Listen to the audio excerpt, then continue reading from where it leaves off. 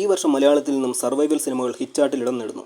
അങ്ങനെയെങ്കിൽ ഒരു survival thread അത് റിയാലിറ്റിയുമായി കണക്ട് ചെയ്താൽ ഈസിയായി ഹിറ്റടിക്കാമെന്നോർത്ത് ട്രിവാൻഡ്രം സൂവിൽ നടന്ന ഒരു സംഭവത്തിൻ്റെ ബേസിലുണ്ടാക്കിയ ഒരു തട്ടിക്കൂട്ട് പടം.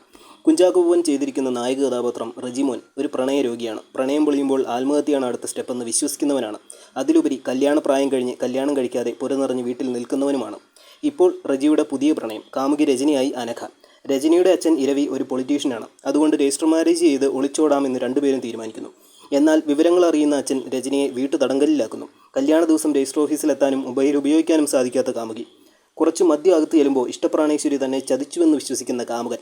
കള്ളുകുടിച്ചാൽ റജി അല്ലാതാവും. അങ്ങനെ പോലീസ് ചെക്കിങ്ങിൽ നിന്ന് രക്ഷപ്പെടാൻ വേണ്ടി കൂട്ടുകാരൻ അനസ് റജിയുമായി കാറിൽ തൊട്ടടുത്ത സൂവിലേക്ക് കയറുന്നു. ഇനി അങ്ങോട്ട് റെജിമോൻ്റെ പലവിധ ഭാഗങ്ങളും അഭ്യാസങ്ങളും കാണാം. അഭ്യാസം എന്ന് പറയുമ്പോൾ ആഭാസം എന്ന് പറയുന്നതാവും ഉചിതം. വെറുപ്പീരിൻ്റെ അങ്ങേയറ്റം. ലവ് മാറ്റർ എൻ്റെ അച്ഛനോടും ചേട്ടനോടും സംസാരിക്കാനുള്ള ധൈര്യവും ശക്തിയും നിനക്കില്ല എന്ന് കാമുകി പറഞ്ഞ ഒറ്റ കാരണത്താൽ കാട്ടിലെ രാജാവായി സിംഹത്തെ തോൽപ്പിച്ച് ശക്തി കാണിക്കാൻ ഇറങ്ങി പുറപ്പെട്ട റെജിമോൻ ഫിറ്റാണേ.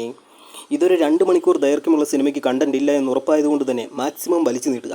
പിന്നെ ഇവിടുന്ന് അങ്ങോട്ട് കോമഡി എന്ന് പറഞ്ഞ് പ്രേക്ഷകരെ ഇക്ലിയിട്ട് ചിരിപ്പിക്കാൻ എഴുതിയുണ്ടാക്കിയേക്കുന്ന കണ്ടന്റ്സ്, ക്ലൈമാക്സിലെ അതിഭയങ്കരമായ ട്വിസ്റ്റുകൾ, ഫീൽ ഗുഡാക്കാനുള്ള ശ്രമങ്ങൾ, അങ്ങനെ ഇഴച്ചു കെട്ടിയപ്പോൾ മുഴച്ചു നിൽക്കുന്ന സീനുകളേറെ. ഒരു ചോക്ലേറ്റ് നായകനായി ചാക്കോച്ചൻ ഓക്കെ, പക്ഷേ ഇവിടെ കള്ളുകൂടി ചലമ്പനായി കാണിക്കാൻ വേണ്ടി ചാക്കോച്ചൻ കഷ്ടപ്പെടുകയാണ്. സുരാജിൻ്റെ ഹരിദാസ് എന്ന ക്യാരക്ടറും ഇനി സിനിമയിലുണ്ട്. ചാക്കോച്ചൻ്റെ റെജിമോൻ എന്ന ക്യാരക്ടറിൻ്റെ കഷ്ടപ്പാടുകൾ കാണുമ്പോൾ അതിലും ബെറ്റർ ആയിട്ടുണ്ട് ഹരിദാസ്. സിംഹത്തിൻ്റെ കൂട്ടിലേക്ക് ചാടിയ റജിയെ രക്ഷിക്കാൻ ഇറങ്ങിയ ഹരിദാസും അതിൽ പെട്ടുപോവുകയാണ്. 3 സെക്യൂരിറ്റീസ് ഒരുമിച്ച് സിംഹത്തിൻ്റെ കൂട്ടിലിറങ്ങുകയാണ്. ഇവർ 3 പേരും ചേർന്ന് സാറ്റ് കളിക്കാൻ തീരുമാനിച്ചപ്പോൾ ദർശൻ സിംഹം എണീറ്റു. എന്ത് ചെയ്യാം, തകർന്ന ഏണിക്ക് പകരം വേറൊന്നും എടുക്കാൻ പോലുമില്ലാത്ത ദാരിദ്ര്യം പിടിച്ച സൂവാണല്ലോ ട്രിവാൻഡ്രം സൂ. ഫയർഫോഴ്സ് വന്നപ്പോൾ എൻട്രി ഗേറ്റിലെ ആർച്ച് കാരണം വണ്ടി ഉള്ളിലേക്ക് കടക്കില്ല.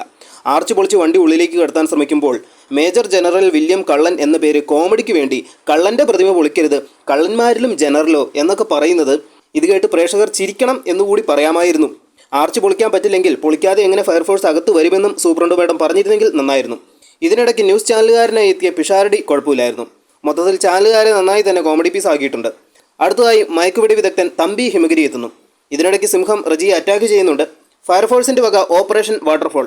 വെള്ളം വീണപ്പോൾ വെളിവ് തിരിച്ചു കിട്ടിയ റജി. എന്നാലും സ്വന്തം മകൻ സിംഹത്തിൻ്റെ കൂട്ടിൽ പെട്ടുകിടക്കുമ്പോൾ അമ്പലത്തിൽ നേർച്ച കഴിക്കാൻ പോയ എല്ലാം കഴിഞ്ഞ് ആശുപത്രിയിൽ വന്ന് അന്വേഷിക്കാമെന്ന് തീരുമാനമെടുത്ത നാടാർ ഫാമിലി. എത്ര വെറൈറ്റി. അപ്പോൾ റജി രക്ഷപ്പെട്ടില്ലെങ്കിൽ മോർച്ചറിയിൽ അന്വേഷിക്കാനായിരുന്നിരിക്കും പ്ലാൻ. തമ്പി ഹിമഗിരിയുടെ ആദ്യ മയക്കുവെടി സിംഹത്തിന് പകരം ഹരിദാസിന് കൊള്ളുന്നു. റജിക്ക് വെളിവ് വന്നപ്പോൾ ഹരിദാസിൻ്റെ വെളിവ് പോയി. അടുത്തതായി മദ്യപിച്ച് സ്ട്രോങ് ആയി തമ്പി കൃത്യമായി സിംഹത്തെ ഷൂട്ട് ചെയ്യുന്നു. ആ പുകിലൊന്ന് തീർന്നു കിട്ടി. ഹരിദാസിന് മയക്കുവെടി കൊണ്ടതുകൊണ്ട് ഭാര്യയുടെ ഈഗോ പ്രശ്നമൊക്കെ അവസാനിച്ച് അവർക്കൊരു ഫീൽ ഗുഡ് എൻഡിങ് ഉണ്ടാക്കി വെച്ചിട്ടുണ്ട്. ഇവിടം കൊണ്ട് തീർന്നില്ല, ഇനിയാണ് അപ്രതീക്ഷിത ട്വിസ്റ്റ്. എന്തായാലും ഈ കോപ്രായം കൊണ്ട് ലവ് മാറ്റർ നാടുമൊത്തം അറിഞ്ഞു. റെജിമോൻ സ്വയം ഒന്ന് മുങ്ങി പിന്നെ പൊങ്ങുന്നു. ഇതിനിടയിൽ സംഭവം ജാതി പ്രശ്നമാകുന്നു. പിന്നെ ക്ലൈമാക്സിൽ എന്തിനോ വേണ്ടി mass fight by Rejimon. Fit അല്ല കേട്ടോ. Love success.